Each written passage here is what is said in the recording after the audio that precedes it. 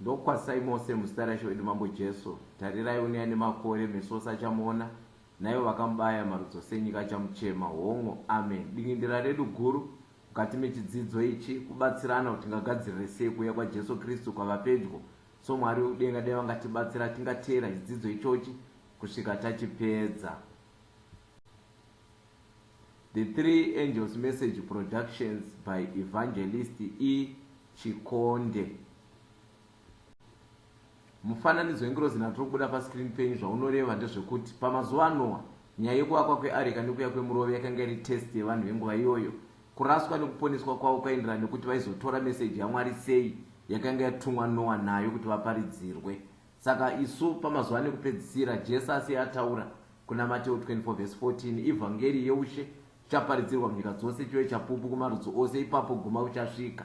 Johani anobva aratidzwa ngirozi nhatu kuna zvavazarwa chapter 14:6-12 dzichiparidza shoko iro rakasiya rataurwa naJesu kuenda kunyika dzose. Saka shoko rengirozi nhatu ndo test yevanhu venguva ino. Kurashwa nekuponeswa kwedu kune chekuita nokuti meseji iyoyi tichaitora sei. Now tiri kutarira muchidzidzo ichi the road to Armageddon part 3. State and the church to unite for the final showdown. False Sabbath to be enforced soon. Now church nehurumende zvichabatana. Hurumende yobatsira church kuti mitemo iri kudiwa nechurch ichengetedzwe. Zvaitwa panguva yemadhark ages kuti Europe yakanga yaitwa Christianized. Kana matiro kaidiwa neRoma ndokaifoswa kumunhu wese kuti aite. Hatina nguva yakareba tisati tasvika ikoko. So Mwari wodenga vatibatsire vatungamire patichateera leseni tichiona madevelopments ese ari kuitika ari kuratidza kwatiri kuenda. Now zvakazarurwa chapter 13:8 it's a wake up call vanhu vagere panyika. Inoti iyo vose vanogara panyika vachatinamata ivo vasina kurerwa zita ravo mubhuku yegwayana yakabayiwa kubva pakusikwa kwenyika. Saka mukati mekudzidza uku tichatarisisa kuti vanhu vagere panyika vachanamata Satan indirect kubudikidza nemasystems ari kuintroduce pakunamata. Remember Satan nyaya yekunamata yakadzingirwa kudenga, haana kuita give up pairi. Munorangarira Jesu akakwidzwa pagomo kururefu akaratidzwa ushe hwese hwenyika. That's Matthew 4:8-9. Zvanzoka ndipfugamira kuti ndinamate ndinokupa ushe hwese hwenyika. Kureva kuti Satan uchafosa vanhu kuti vamunamate kuti vagone kuwana kudya, hapana tiri kutenga kana kutengesa. So follow this lessons closely kuti muone how are we moving so fast towards the final battle of Armageddon or towards the final showdown. Mwari wodenga vatibatsire, Mwari wodenga vatitungamire. Daniel chapter 2:28 asi kudenga kuna Mwari unozivisa zvakavanzika, ndiye wakazivisa mambo Nebhukadhinezari zvichazovapo pamazuva ekupedzesera. Kureva kuti hope dzakaratidzwa namambo Nebhukadhinezari dzine chekuita namazuva ekupedzisira, asi nyaya yedu yatiri kudapa ndeyekuti Mwari ndiye unozivisa zvakavanzika.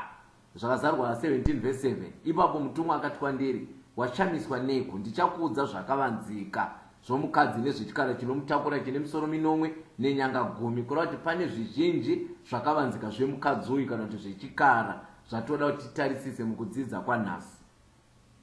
Pavora, Portugal, everything seems normal until you get here. Church of São Francisco. Inside are thousands and thousands of skulls and bones of people over 4 centuries old. With cemetery space being scarce and land value being at a premium, this Portuguese town had to figure out what to do with all the graves that were dug up starting in the early 1600s. So, they decided to honor them here, at the Capela dos Ossos, or the Bone Chapel. The walls, pillars, and columns are all made out of townspeople from 400 years ago, built directly into the concrete. These thousands of disassembled people aren't alone.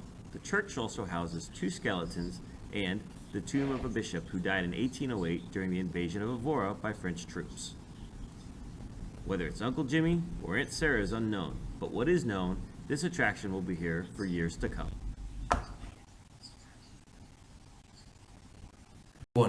Regai John anzi washamisika nechakuratidza futi zvimwe zvakavanzika zvemukadzi uyu. Maona here kuti church yakavakwa nemabhonzo evanhu, kwete mabhonzo ekugadzirira aiwa evanhu vakafa for 4 centuries, vanhu vachifa nehondo nezvirwere, mabhonzo ese akatorwa akaklinwa akaenda kunovakwa church. That means that's worshipping ancestors inorambwa neBible. That's why John akadzi washamisika nechakuratidza zvimwe zvakavanzika zvemukadzi uyu. Mwari wedenga atibatsira titungamire tizive system yatiri kudhila nayo, how terrible it is. Saka mushure mekunge vanga reRoma rapora kana kuti reVatican rapora, Revelation 13 verse 8 inoti vose vanogara panyika vachachinamata, ivo vasina kunyorerwa zita ravo mubhuku yeGwayana rakabayiwa kubva pakusikwa kwenyika. Kureva kuti vanhu vose vagere panyika vachanamata kubudikidza nesystem yeRoma kana kuti system yeVatican. Asi vanhu vacho ndo vane mazita asina kunyorwa mubhuku reupenyu. Saka vanhu vanogara panyika vachanamata sei kubudikidza nesystem iyoyi yeVatican? Vachanamata sei? Revelation chapter 13 verse 13 na 14 chinonyengera vanogara panyika nezviratidzo zvachakapiwa kuti chizviite pamberi pechikara, chichiti kune vanogara panyika kuti vaitire chikara mufananidzo chiya chakanga chine vanga remunondo chikararama. Kureva kuti America ichasenzeswa neVatican kuti iumbe image maAmerica yakafanana neVatican. Image kuti tizive kuti image yakaita sei, because kachida kuona zvakaita iwo togona kuona picture yako. Kuti tizive image yeVatican kuti yakaita sei, regai tinzwe kuti iyo Vatican pachayo ine chimiro chakaita sei. Now kuti tinzwisise pamusoro pe-image of the beast, tofana kutanga ta-understand pamusoro pe-the beast itself, because image mufananidzo kana kuti it's something chinopa a reflection of the original. Kureva kuti nemamazwi Mwari akaumba munhu nemufananidzo wake, kureva kuti Mwari ane stature, ende tinoona pakuzvarwa kwaJesu achiuya panyika ino zvakare. But now pane pfungwa inokosha ndoda kuti tinzwisise pano. Roma, is it only a church? Toda kuti tinzwisise kuti unit of church and state sezvairi kunzi ichatanga kuumbuka kubva maAmerica. Unit of church and state. Roma kana yakatariswa, is it only a church or also it's a political government? Ngatinzwei kuti kana United Nations ichiona Vatican inoitora kuti ichechi chete here kana kuti it's also a political government. How powerful is the Vatican? The Vatican refers to the Vatican City, an independent sovereign territory located in Rome. It is the home of the leader of the Roman Catholic Church, the Pope, as well as the Holy See, which is the government of the Catholic Church. Since the Vatican is an absolute monarchy, its leader is the Pope, but its legislative branch is operated by a collection of cardinals called the Pontifical Commission for Vatican City-State. The Vatican is one of the few micronations recognized as its own state by the United Nations and most other countries. The Vatican City is 0.17 square miles, which is less than a quarter of New York's Central Park. Despite only being home to about 850 people, its global sphere of influence is huge. The Pope is the spiritual leader to more than 1 billion Catholics worldwide. In 2014, Alright, sezvamanzwa apa. Zvanzi Vatican, it's not only a church.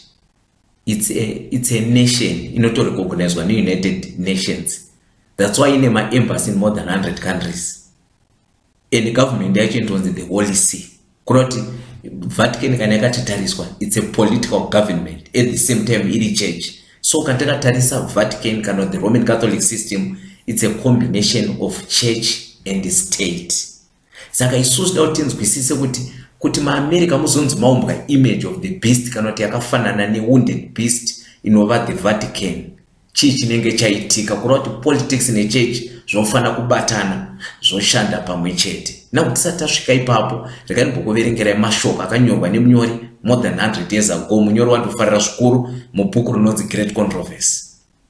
When the leading churches of the United States, uniting upon such points of doctrine as are held by them in common, shall influence the state to enforce their decrees and to sustain their institutions, then Protestant America will have formed an image of the Roman hierarchy, and the infliction of civil penalties upon dissenters will inevitably result. Saka panapa tinoona kuti machurches paachabatana maAmerica, kana abatana kudaro achakwanisa kuve neforce rekuinfluence government, because anenge ane power. There's power in unity. O influence government kuti manamatiro avanodaiwo kana kuti mitemo yechechi yavanoda ivo iiswe paconstitution yenyika.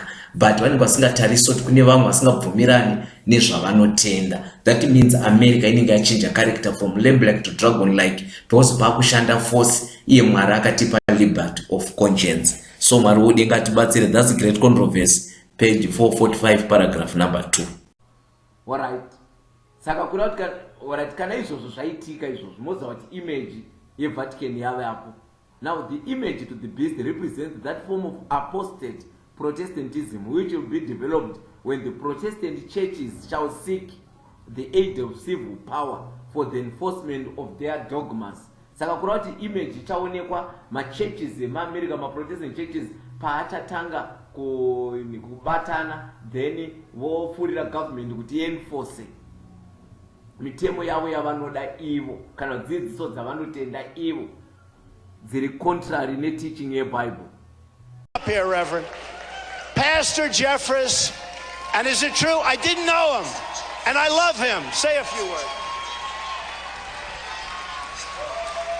Let me just say briefly, I know 3 things about Donald Trump. Number 1, he sincerely loves this country. You know, he has 10 billion reasons he doesn't have to do this, but he does it because he wants to make America great again. The second thing I know about Donald Trump is that he is truly pro-life. I have talked to him in Trump Towers. He believes in protecting the unborn. That is an issue we as Christians care about. And I'll tell you what, some of you who say, well, I don't know if his pro-life conversion was real, let me tell you something. Hillary Clinton doesn't claim any pro-life conversion. If you go for Hillary Clinton or Bernie Sanders, there is no doubt you're going to have the most pro-abortion president in history. But here is what I finally know about Donald Trump. Donald Trump cares about and loves evangelical Christians. You know, one time when Ronald Reagan was running for president of the United States, the first time, he met with a group of evangelical leaders and he said, although you can't endorse me, I want you to know I endorse you. And I have met with Mr. Trump on several occasions, and I can tell you from personal experience, if Donald Trump is elected president of the United States, we who are evangelical Christians are going to have a true friend in the White House. God bless Donald Trump.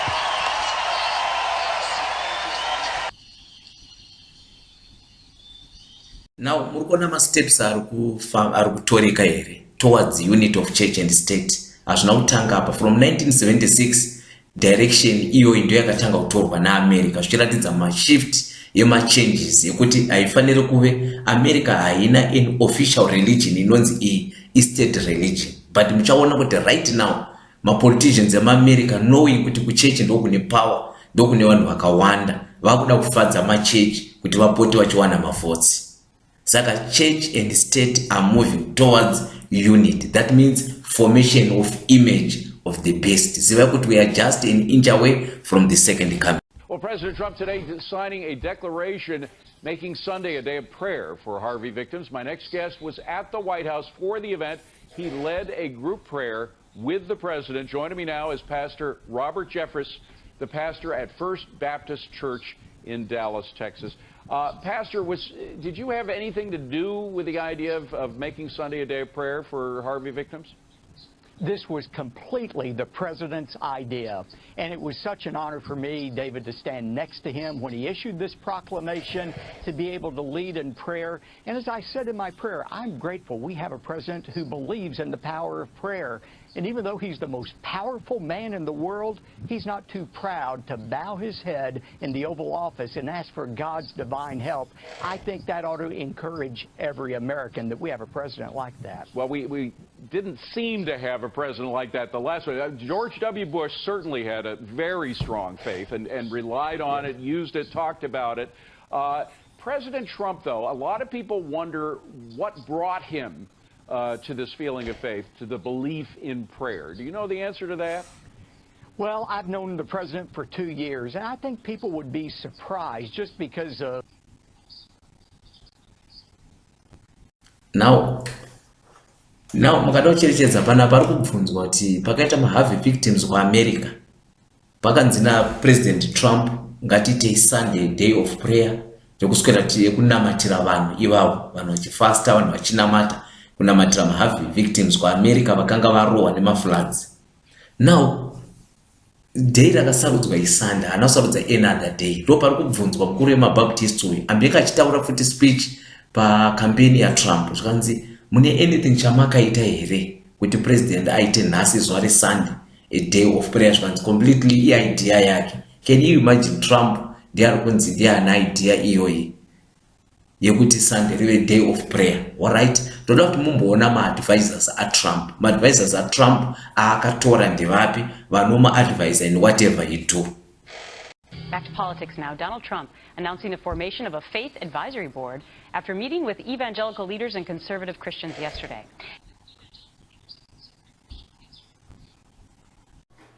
Alright, dauti tuone panapa ndiani achafosa kuti mutemo weSunday uchengetwe kana kuti mark of the beast, kana kuti vanhu vachapesikitwa vari kuramba kunamata the beast here. Remember Bible rati vose vanogara panyika vachachinamata, ivo vasina kunyorwa zita ravo mubhuku reupenyu. Saka kana vanhu vachizonamata system yeVatican kana kuti system yeRoma, ndiani achanga achifosa kuti izvozvo zviitike? Handi manzwa verse 14 ichiti image ichaumbwa muAmerica, unit of church and state. Alright, verse 15 chikapuwa masimba okupa mufananidzo wechikara mweya, kuti kuda kuti image yaumbwa inenge isina power asi mweya unoratidza upenyu, kuda kuti ichabva yapiwa authority kuti mufananidzo wechikara utaure. Kuda kuti chiri kutaura panapa image hachisi chikara. Chirayire kuti vose vasinganamate mufananidzo wechikara vaurawe. Kuda kuti chikara chichataura kubudikidza neimage kuti vanhu vari kuramba kunamata mufananidzo wechikara ngavaurawe. Kuda kuti vanhu vachaurawa kuti vari kuramba kutedzera mutemo uri kuintroducedwa neimage of the beast, which is United States inenge yabatana church and state. Asi mukatarisa mutemo wacho wekuenforcwa weSunday munobva maona kuti it's the Catholic doctrine. But tikachengeta mitemo yakaintroducedwa navanhu tinenge tichinamata Mwari nemazvo here, because image kutaurwa pano hakusi kupfugamira chitombi sezvakaitwa mubani reDhora pakazoramba Meshaki Shadraka naAbhedhinego, but this is a spiritual image. Tinozikanwa sei tiri kunamata mufananidzo wechikara. Mateo 59 asi vanondinamata pasina vachidzidzisa dzidziso iri mirayiro yevanhu. Kuda kuti tikachengeta murayiro wakaintroducedwa navanhu sekuchinja kwakaita Roma ichichinja mitemo yaMwari from Saturday to Sunday, tikachengeta zuva reSunday kana nemamazwi tikaobserva Sunday seSabata, tiri kugamuchira munembo wechikara, especially kana wakufoswa, not as for now. And also tiri kunamata image of the beast. Patikunamata image of the beast, we are worshipping the beast as well. Alright, Mark chapter 2 verse 28. Naizvozvo mwanakomana wemunhu ndiye ishe weSabata avo. Now kana Jesu ari ishe weSabata, ndiani ishe weSunday? Because Revelation chapter 12 inotiudza there are only two masters who are striving for mastery, Christ and Lucifer. Satan na Jesu ndo madzishe maviri. Jesu ari ishe chaiye musiki, but Satan ada kunamatwawo zvinova zvakazodzingirwa kudenga. Ora Jesu kana ari ishe weSabata, Revelation verse 1 chapter 1 verse 10, ndakanga ndiri mweya nezuva racho. Kuda kuti ishe wacho kana ari Jesu, zuva iri kutaurwa apa iSabata. Ndikanzwa shure kwangu inzwi guru rinenge sehwamanda. Saka kuda kuti ndimamazwi Sabata ndo chiratidzo chaMwari, sekutaura kwaExodus 31 verse 16, even Ezekiel 20 verse 20. Kuda kuti Sunday inenge iri image, inenge iri mark of the beast. John 16 verse 1 to 3. John 16 verse 1 to 3. Vanhu vachaita izvi vanenge vari vanhu vanoziva Mwari kandi vanenge vari vanhu vanonamata here kana zvichaitwa nevanhu venyika. Zvinhu zvindakakuudzai kuti murege kugumburwa, vachakubuditsai mumasinagoge, asi nguva inosvika mumwe nemumwe akakuurayai uchatonobatira Mwari basa. Zvinhu zvachaita nokuti havana kuziva Baba kana ini. Hanzi vanhu pavanenge vachitokupesekutayi vachikuisai mumajeri vachikuurayira kuti muri kurambira kuchengeta Sunday, vanenge vachitoti vari kubatira Mwari basa. Zvakazarurwa 13 verse 16 chinomanikidza vose vaduku navakuru, vapfumi navarombo, vakasununguka navaranda kuti vapiwe chiratidzo muruoko rwavo rwerudyi kana pahuma yavo, kureva kuti vanhu vachamanikidzwa kuchengeta zuva reSunday, asi vamwe vachatotenda kuti Sunday ndo zuva raMwari, because ndo mark of the beast. Kuda kuti hautengi kana kutengesa kana usina kuobserva Sunday, ende munaidentifyiwa zvekuti zvangofanira kuti munhu akabayiwa, tomboti akabayiwa COVID anofanira kupuwa kadi rekuti identify kuti akabayiwa. Saka vanhu vanenge vachiobserva Sunday vachange vaine mamarks anoratidza kwete mamarks ari kunze epauma zviri kuratidza zvinhu zviri mukati mendangariro, asi an identifying thing yakafanana nekadhi or so inoratidza kuti wakaaccepta. Then vanenge vasina havagoni kutenga nekuti kadhi ndo rinenge richitenga, financial system yavo yese inobva yafrizwa. Saka Mwari kokudenga atibatsire, hatinga compromise mutemo yaMwari nekuda kwekudya. Now, we posted this story to our KFDM News Facebook page, and it's reached more than 22,000 viewers. And here are just a few of the comments. One viewer writes, quote, "Outdated laws, that makes no sense. Get rid of them." Another person writes, quote, "Don't need to sell any kind of alcohol on Sunday. It's the Lord's Day. Let's keep it holy." And this one, quote, "What's the difference? Seriously, if you can buy a drink at a bar on Sunday, you should be able to buy liquor on Sunday." And this last one says, quote, "Sunday was set aside as a day of rest. Shouldn't have to be all about $1. To read more. Sunday observance is slowly but surely taking shape. Mu United States of America, ma blue laws akutanga kurevokwa. Avanoti ma blue laws ekuti Sunday nofana kwe day of rest, apafana kuitwa mabasa, apafana day ende vanhu vachirifia kuti i-tradition yakagara ichiitwa nevakuru vedu kubva kudhara.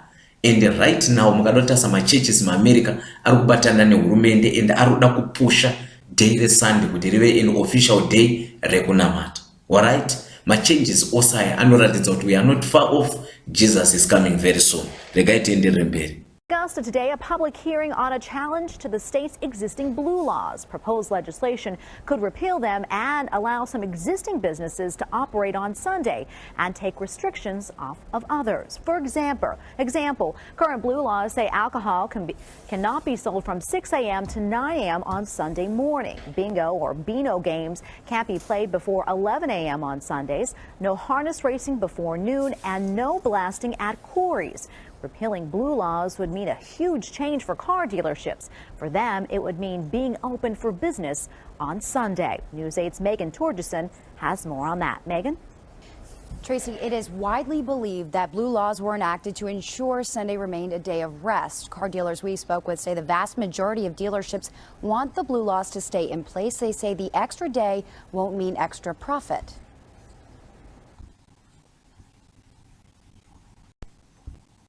Alright, and Sunday must remain a day of rest. Second, who ordained it to be a day of rest? Because Genesis chapter 3, verse 1 to 3, inotudza kuti Mwari apedza kusikana mazuva matanhatu akazorora nezva rechinomwe. Zuva reSunday rinova zuva rakamuka Jesu. Mukaenda kuna Mark 16 verse 1 and 2, mukaenda kuna Luke 24 verse 50 to 56, Jesu akafa musi weFriday, akavigwa musi weFriday. Sabbath anga ari muguva Sunday, first day of the week, akamuka kuroti Sunday kana iri first day of the week, seventh day of the week is Saturday. So Mwari kokudenga ngatibatsira hama wadikanu, muri kuona here kuti Sunday iri kugena more ground sezvaitika nguva yeMadark Ages kuti yakatanga Sunday iri an annual festival yecommemorate vanhu kumuka kwaJesu pepesera yakuenforcwa kunoreplace Sabbath. Mwari kokudenga tibatsire nemasteps akadai so ari kutorwa. Ndiani ane push yese yekuti Sunday riitwe a day of rest sezvakamboitwa nguva yeMadark Ages pakafa millions of people vachiramba izvozvo.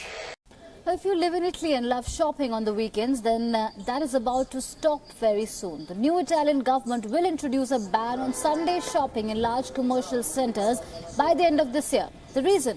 The Italian government feels that shopping on weekends is destroying family traditions and creating distance between family members. Deputy Prime Minister said, and I quote, "This liberalization is in fact destroying Italian families. We need to start limiting opening and closing times again," unquote. Larger stores have been ordered to close on national holidays as well. This comes as a big U-turn by the Italian government. In 2012, the government had liberalized Sunday trading in a bid to spur economic growth. This despite pressure from the Roman Catholic Church and unions to mark Sunday as a traditional rest day. Now, Andu push is coming from the Roman Catholic Church. You see, doing a push here daily Sunday. Sezvaikamboita in the past, that means history will repeat itself. And makada kucherechedza according to Daniel 7:25 patakadzidza takaona kuti mirayiro yaMwari yakashandurwa. Number 2 wakabviswa completely mukatasa mukatechism temo number 2 hapana, pakamuvwa number 3 into number 2, number 10 ikadividwa. mutemo wokuchiva wakadivhaidwa into 2. Then mukada kucherechedza day rekunamata rikachinjwa from Saturday to Sunday. Ndosaka muri kuona machurches akawanda nemhaka yekuti akazvarwa out of the Roman Catholic system, they just go on Sunday for worship. Mugotarisa chidzidzo chedu chakanzi law and grace, mugotarisa chidzidzo chedu chakanzi the blood stained path the church endured, Daniel chapter 7. Zvose zvinotiburitsira pachena. Mwari kokudenga atibatsire, Mwari odenga titungamire. Da kuti muone kuti machanges avakaita nanhasi ndo aripo. Sabata Bible rinotizwa rechinongwe, mukaenda pa Exodus 20 verse 8 to 11, mutemo number 4 according to the Bible, but mukatechism wa mutemo number 3 ndozvichiri kutendwa neCatholic here kuti sabata izuva rechi3 ningi sabata mutemo wechi3. Da kuti muteerere munzwa. The third commandment is to remember to keep holy the Sabbath day. In the Christian tradition, that means to celebrate the Lord's breaking of the bread, the Lord's Supper, to celebrate the Eucharist on Sunday, which is the day of the Lord's resurrection. That day was considered so holy and so precious to the Christian church that they actually moved the Jewish Sabbath from Saturday to Sunday. That was a reminder of how powerful and how world-changing the resurrection was. It actually changed the day of the Lord. And so it's important for us to celebrate the Lord's Supper every Sunday. John Paul II wrote a letter called Dies Domini, the Day of the Lord. And he reminded the church in the modern world not to allow Sunday to be simply absorbed into the weekend. In fact, I think Catholics should try to avoid saying, have a good weekend. Rather say, have a good Sunday, have a good Sabbath, have a good rest. It might seem a little corny, but it's a good way of remembering that Sunday is a day set apart. It is also still a part of the Christian tradition to participate in the Lord's rest on the Sabbath. In the modern world, that gets a little bit difficult. Many people have to work on Sundays. Many people have to do homework on Sundays. But if there are things you could do on a different day, go ahead and do them on another day. If you could do your shopping on Friday, do it then. If you could mow the lawn on Wednesday, do it then. If you could do your laundry on Thursday, do it then. See if there's some way you can participate more in the Lord's rest so that you can be prepared to finish the rest of your work during the rest of the week. But Joanna anoradzwa boka revanhu vakakurira, Revelation 14 verse 1. Zvino ndakatarira ndikaona gwayana rimire pagomo reZioni rina vamwani zviuru zvine 140 vane zita raro nezita rababa varo rakanyorwa pahuma dzavo, kureva kuti character dzinenge dzane vanhu ava nepfungwa dzavo dzinenge dzafanana naKristu, ndo character dzavachaenda nadzo mupasidzva. Revelation 22 verse 4, uye zita rake richava pahuma dzavo, kureva kuti tiri kunzi pahuma pari kurehwa zviri mukarikta yako. Karikta iyoyo ndiyo yauchanopinda nayo munyika itsva. Ezekiel 20 verse 19 to 20, ndini Jehovha Mwari wenyu, fambai nemitemo yangu, muchengete zvandakarayira muzviite. Handi murikuona pamitemo yaMwari iri kunzi tifambe nayo nekuichengetai. Panobva papikwa mutemo number 4, masabata angu ngave matsvene kwamuri, zvigova chiratidzo pakati pangu nemi, kuti muzive kuti ndini Jehovha Mwari wenyu. Zvakazarurwa chapter 14 verse 9 to 10. Ipapo mumwe mutumwa wechitatu akatevera akati nenzwi guru, kana munhu akanamata chikara nemufananidzo wacho nekugamuchira chiradzo pahuma yake kana paruoko rwake, naiyewo uchanwa waini nekutsamwa kwaMwari akadirwa isina kuvhenganiswa mukombe wehasha dzake, uchatambudzwa moto nesuferi pamberi pavatumwa vatsvene napamberi pegwayana. Kuyambira panapo kuti vanhu, kureva kuti ngirozi iri kuyambira, vanhu vose vachanamata chikara nemufananidzo wacho vachanwa mukombe wehasha dzaMwari wakadirwa usina kuvhenganiswa mumukombe wehasha dzake, kureva kuti vanhu ivavo vachaparadzwa uye vachasangana nehasha dzaMwari, vachagamuchira munembo wechikara, kana kuti vachagamuchira Sunday as a day of worship, especially parichatanga kufotswa munhu wese kuti arichengete. Zvazarwa 14:12 ndipo pane kutsungirira kwavatsvene vanochengeta mirayiro yaMwari nokutenda kwaJesu, kureva kuti despite kufotswa nenge kuchitwa vanhu, pane boka ravanhu vatsvene vaMwari vachachengeta mirayiro yaMwari vachibata kutenda kwaJesu, vasiri kuzofamba pamwe chete nenyika iri kumukira Mwari. Mukombe wehasha dzaMwari uri kunzi uchanwiwa nevanhu vanenge vanamata chikara nemufananidzo wacho ndeupi? Revelation chapter 16 verse 1 and 2. Zvino ndakanzwa inzwi guru richibva mutemberi richiti kuvatumwa vanomwe, endai munodurura panyika ndiro nomwe dzokutsamwa dzaMwari. Verse 2, wokutanga akaenda akadurura ndiro yake panyika, ronda rakaipa rinorwadza rikavapo pavanhu vakanga nechiratidzo chechikara vakanamata mufananidzo wacho, kupedzisira akagadzirirwa vanhu vachanamata chikara nevachagamuchira munembo wechikara, kureva kuti munembo wechikara vachaugamuchira hasha dzaMwari dzavakachengeterwa, matambudziko manomwe ekupedzisira, the 7 last plagues dzinowanikwa na Revelation chapter 16. Variko here vachakurira Revelation 15 verse 2. Ndikaona chakaita segungwa rinoonekera rakavhenganiswa nemoto, naivo vakauya vakunda chikara nemufananidzo wacho nechiverengo chezita racho, vamire pamusoro pegungwa rinoonekera vaine udimbwa hwaMwari. Zvakazarurwa chapter 20 verse ya 4. Ipapo ndakaona zvigaro zvoushe, vakagara pamusoro pazvo vakapuwa simba rekutonga. Ndikaona mweya vakanga vagurwa musoro nekuda kwokupupura kwaJesu nekweshoko raMwari, navose vasina kunamata chikara kana mufananidzo wacho, vasina kupuwa chiratidzo pahuma dzavo naparuoko rwavo, vakararama vakabata ushe pamwe chete naKristu makore ane 10,000. Mwari wodenga atibatsire, Mwari wodenga atitunge.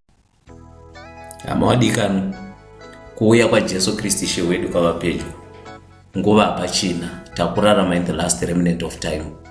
Machanges ose ari kuitika muworld yanhasi anoratidza kuti nguva hapachina. Takuenda climax of the great controversy. The forces of evil are uniting and consolidating in preparation for the final hour. So Mwari wokudenga atibatsire, sezvakaita Israeri yakunopinda muKenani. Their last camping was Pashiti.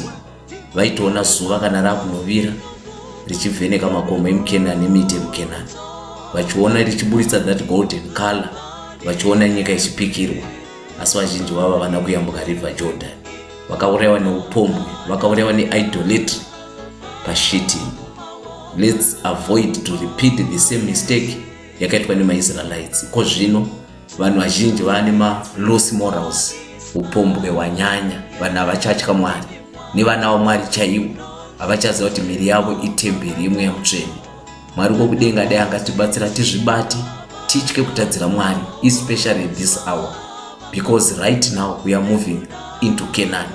But are we ready to obey the commandments of God? Mwari wokudenga dai angatibatsira, dai Mwari wodenga angatitungamira. Even kutsvaga kwatiri kuita mari, ngatingwarirei kuti tione kuti nzira dzacho dzakachena here, hadzina tsvina here. Mwari wokudenga atibatsira hama wadikano. Machanges ose pari kuitika tichionesana, that's why tiri kuedza kuisa mavhidhiyo namavidhiyo kuti pamwe zvinganzwisisike, tione kuti zvine evidence yekuti zvinotaurwa neBhaibheri chokwadi, kuitira kuti mwenguva mumwe munhu angabatsirika tingamuka pahope dzechitema. Mwari wokudenga akuropafadze, akukomborere hama dzangu pamuchafungisisa pamusoro peupenyu hwenyu. Ngatinamatei, ngativerenge shoko raMwari, ngatiite zvose zvatokwanisa in preparation for the coming crisis. Mwari wokudenga akuropafadze, akukomborere, ngatiparidze evhangeri, ngatiziise hama neshamwari nyika yakuenda kumagumo. Lot avengwa nengirozi muSodhomu, akanzi une vamwe here muguta rino, enda novaudza kuti toda kuparadza nzvimbo ino. Vamwe vakaudzwa vakaramba. Ichokwadi kuti havasi vese vanogamuchira, asi ngatiudzei vanoda vagamuchire Jesu samuponesi, tive ami imwe chete, apo basa rakuenda kunopera. Mwari wodenga akuropafadze, vakukomborerei.